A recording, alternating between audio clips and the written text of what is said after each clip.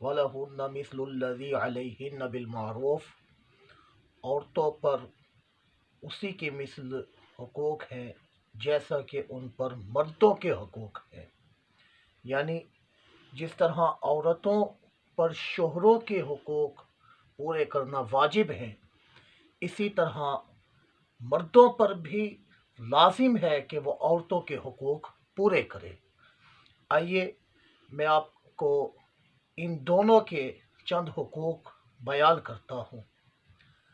بیوی پر جو شوہر کے حقوق ہیں وہ یہ ہے کہ ازدواجی تعلقات میں شوہر کی اطاعت کرے، اس کی اجازت کے بغیر گھر سے باہر نہ جائے، اس کی عزت کی سختی سے حفاظت کرے، اس کے مال کی حفاظت کرے، ہر بات میں اس کی خیرخواہی کرے، ہر وقت جائز امور میں اس کی خوشی چاہتی رہے، شوہر کو اپنا سردار جانے، شوہر کو کبھی نام لے کر نہ پکارے، کسی وجہ سے اگر وہ دل آزاری کر بیٹھے تو اس کی شکایت کسی سے نہ کرے اور دل ہی میں رکھے، درگزر کرے، اور وہ اجازت دے تو 8ویں دن میکے جائے اور دیگر محارم کے پاس جانا ہو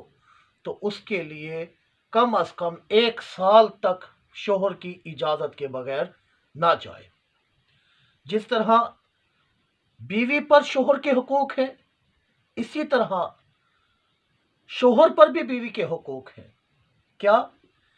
اس کو خرچہ دے، اس کے رہائش کا انتظام کرے، اس کا گزر اوقات اچھا گزارے، نیک باتوں اور حیا کے کاموں میں اس کو تعلیم دیتا رہے، اور اگر وہ حیا کے کاموں میں اس کی معاونت نہ کرے تو اس پر سختی کرے، جب تک شریعت منع نہ کرے وہ ہمیشہ اس کی دل جوئی کرتا رہے، جب دیکھے پیار سے دیکھے، اس کی طرف سے پہنچنے والی تکالیف پر صبر کرے، نہ کہ واویلا۔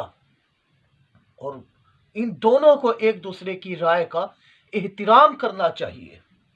البتہ آج جو عورتیں مردوں سے آگے نکلنا چاہ رہی ہیں اور شانہ بہ شانہ کھڑے ہونے کی انہوں نے ٹھانی ہوئی ہے، قرآن کے خلاف ہے۔ قرآن کہتا ہے وَلِلرِّجَالِ عَلَيْهِنَّ دَرَجَةٌ، مردوں کے لیے ان عورتوں پر ایک درجہ بلند ہے، اللہ نے انہیں شان اور شوکت سے نوازا ہے۔ اور ایک اور مقام پر رب کائنات نے ارشاد فرمایا کہ الرجال قوامون علی النساء، کہ مرد جو ہیں وہ عورتوں پر سردار ہیں۔